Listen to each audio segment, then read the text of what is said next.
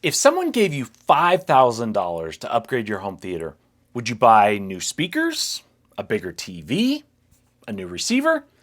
What if you only had $1,000 to spend? Or maybe you don't have any money for upgrades.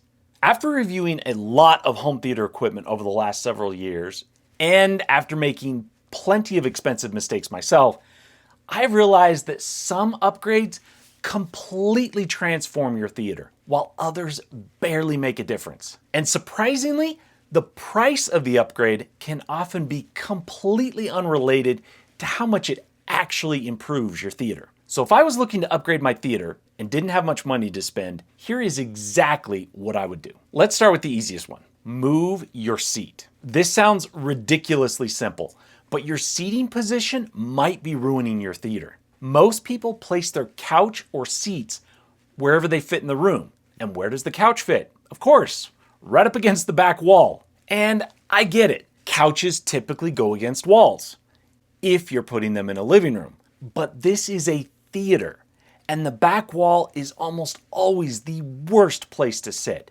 Sitting against the back wall feels right, but it is wrong. You want those seats floating in the middle of the room. That will feel wrong, but it's right. You want to avoid the back wall because that's where the bass builds up and gets trapped. When you're sitting against the back wall, bass is boomy, overly loud, and uncontrolled. Do not sit there. The other problem is your room creates peaks and nulls in the bass. Large variations in bass volume can occur over very short distances.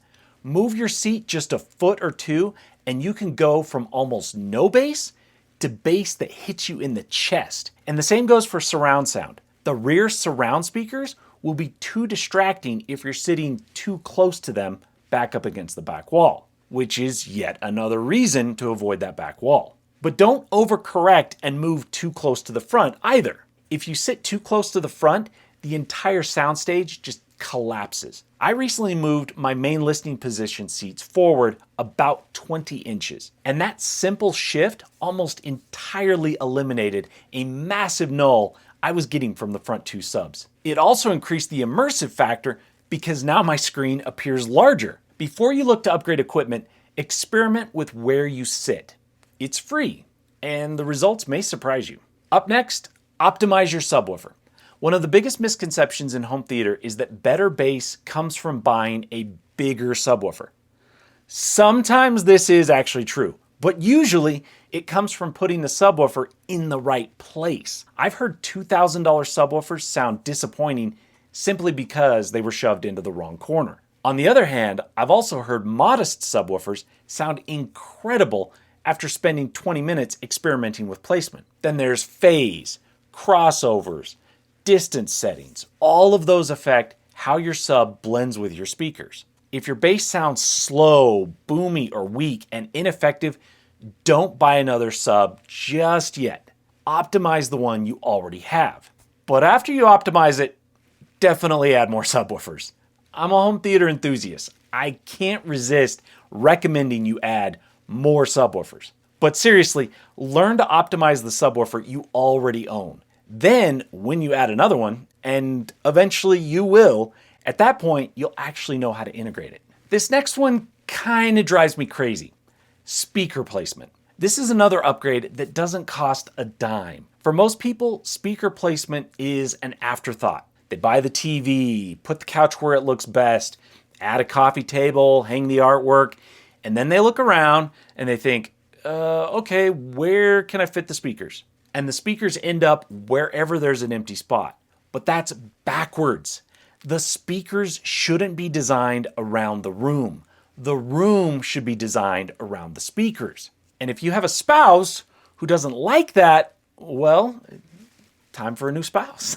Even a modest home theater can sound incredible when the speakers are in the right locations. I've heard expensive systems that sounded disappointing because the speakers were squeezed into corners, tucked inside cabinets, or spread too far apart simply because that's where they fit. And whatever you do, don't put houseplants or other decorations in front of your speakers. If you're planning a theater, start with the speakers first. Figure out where your front speakers, your surrounds, your subwoofers need to go. Then arrange the seating and furniture around them. It's much easier to move a couch than it is to spend extra money on more expensive speakers to overcome poor speaker placement. Now, this next one requires learning some skills: room correction and calibration. If your receiver includes Audyssey, Dirac, Arc Genesis, or something similar, use it. But don't just press calibrate and assume everything is perfect. Take your time, follow the instructions carefully,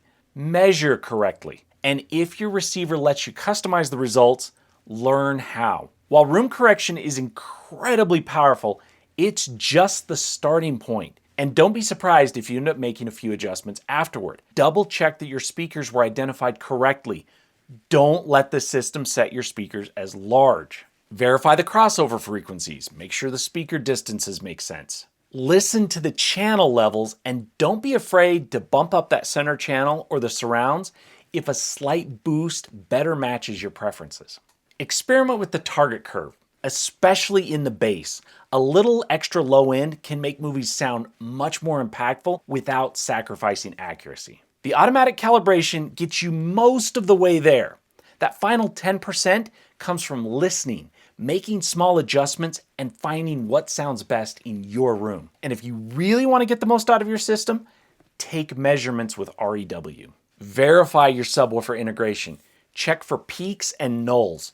Confirm that your changes are actually improving the response instead of just making it sound different.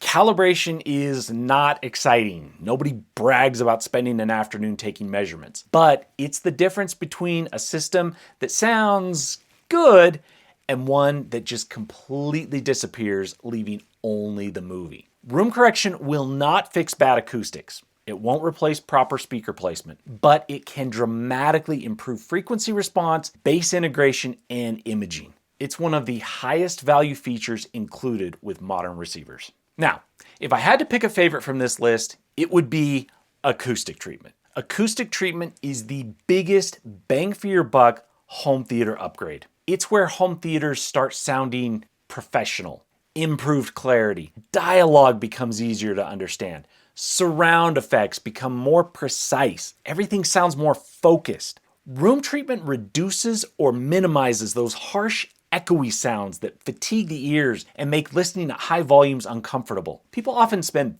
thousands upgrading electronics, while their room is basically one giant echo chamber. But when you add acoustic panels and bass traps, things improve dramatically. Even treating just the first reflection points will make a noticeable difference.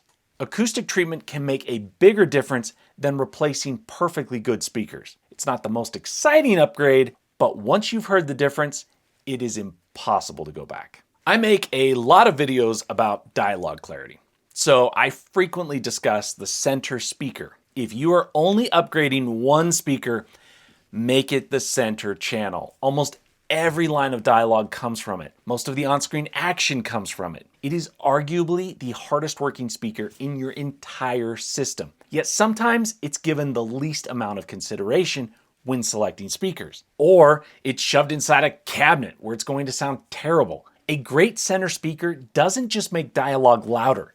It makes voices sound natural, clear, effortless. A well-functioning center channel means you can hear quiet dialogue just as clearly as loud explosions and everything in between. And you no longer have to reach for the remote to compensate for those different volume levels. If you're deciding between buying a new pair of front speakers or upgrading the center, I would seriously consider upgrading the center first. But before you spend money on a new center channel, check out my video with 5 tips you can use to improve the performance of your center speaker. Your current speaker may already be good enough. It might just need a few adjustments. I'll link to that video in the description as well as at the end of this video.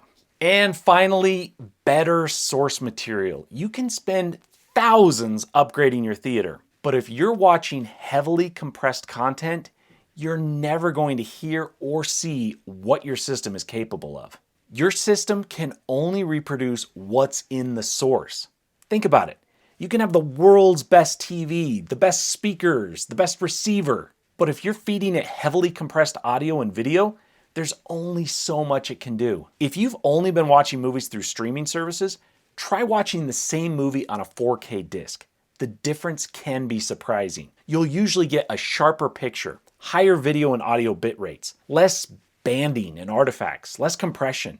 Dolby Atmos on a 4K disc includes the lossless Dolby True HD audio track, but Dolby Atmos over streaming is most likely the lossy Dolby Digital Plus version. It's still Atmos, but just not as good. Also, most streaming services require a higher price plan to access those higher quality formats. If you're not on those higher plans, you're most likely not even getting the compressed 4K video and lossy Atmos formats. You're probably getting HD and 5.1 surround sound.